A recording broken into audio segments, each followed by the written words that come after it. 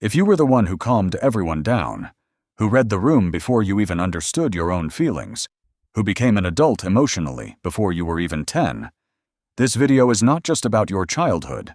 It's about why you still can't rest, even now. People who grew up taking care of everyone else's feelings, except their own. There's a specific kind of tired that has nothing to do with sleep. It's the tired you feel after a conversation where you said, "I'm fine," for the 5th time.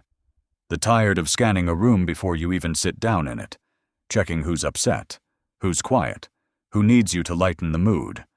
The tired of being the calm one, the reasonable one, the one who never falls apart, even when you are, very quietly, falling apart. If that sounds familiar, I want you to stay with me for the next few minutes, because what I'm about to describe isn't a personality trait.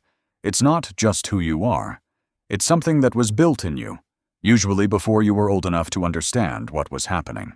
It's called emotional parentification, and it might be the reason you can take care of everyone except yourself. Let's start with the scenario. You're 7, maybe 8 years old. Your parent comes home and you can tell, before they even speak, what kind of night it's going to be. Maybe it's the sound of the car door. Maybe it's the silence instead of a greeting.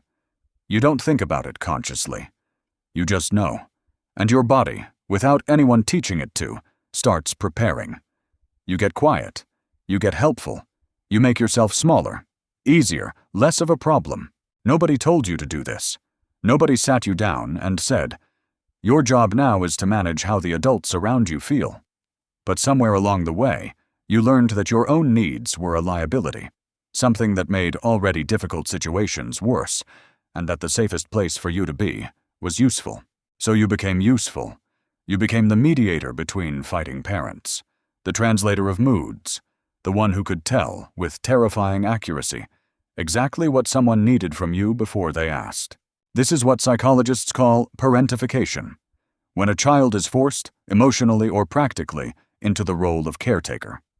Sometimes it's obvious, like being responsible for siblings or managing a parent's depression, but more often, it's invisible. It's just emotional. You weren't doing chores beyond your age. You were doing feelings beyond your age. And here's the part that explains so much about who you are now. A child's brain doesn't know the difference between "this is temporary" and "this is who I am." When you spend your formative years monitoring other people's emotional states for safety, your nervous system doesn't file that under coping strategy. It files it under identity. This is what I do. This is who I am. This is how I stay safe. So you grow up, and the skill doesn't switch off. You walk into a room and you already know the emotional temperature before anyone says a word. You can sense a friend's bad day through a text message. You become the one people call at 2 a.m. You become, without ever applying for the job, everyone's unofficial therapist. And on the surface, this looks like a gift. People love you for it. You're so easy to talk to. You're such a good listener. You're always there. But underneath that gift is a quieter, sadder truth. You learn to read everyone except yourself. Think about the last time someone asked how you were doing, really doing, and you actually knew the answer. Not the polite answer, the true one. If that took you a second too long to find, that's not an accident. You spent years building a radar pointed outward. Nobody ever taught you to point it inward. This shows up in adult relationships in predictable, painful ways. You're drawn to people who need fixing, because fixing is what feels like love to you. You feel guilty resting, because rest was never modeled as safe, only earned, only after everyone else was okay first. You apologize for having needs, because somewhere inside, you still believes needs are what made things harder for the people you loved. You stay in relationships far longer than you should, not because you don't see the problems, but because leaving feels like abandoning a job you were assigned before you could even spell your own name. And maybe the most painful part, you often don't know what you actually want, not what would make someone else comfortable, not what would keep the peace, what you want. Because wanting things was never the priority. Managing things was. Here's a real-life pattern you might recognize.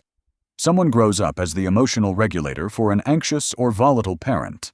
As an adult, they become a manager, a therapist, a nurse, some role built entirely around taking care of others professionally, because it's the only kind of caretaking that comes with boundaries and a paycheck. And yet, even there, they overextend. They answer messages at midnight. They feel responsible for outcomes that were never theirs to control. The job changed. The pattern didn't. Or maybe it shows up smaller, quieter. You're at dinner with friends, and you actually notice, that you've asked 4 questions in a row and answered none about yourself. Not because anyone stopped you, because you didn't think to take up that space. It never occurred to you that you were allowed to. Now here's the twist, the part most people miss. You might think the solution is to simply stop caretaking, to swing the pendulum the other way and become guarded, distant, self-protective. But that's not healing. That's just a different kind of armor. The real shift isn't learning to care less. It's learning to include yourself in the care you already give so generously to everyone else. Because the skill you built, the empathy, the awareness, the ability to sense what people need, that's not the problem. It was never the problem. The problem is that it was built one-directional, outward only, and the work now isn't to dismantle it. It's to finally turn it around and aim it at yourself for the first time. That starts small. Noticing in real time when you're about to absorb someone else's emotional weight and pausing, just for a second, to ask, is this actually mine to carry?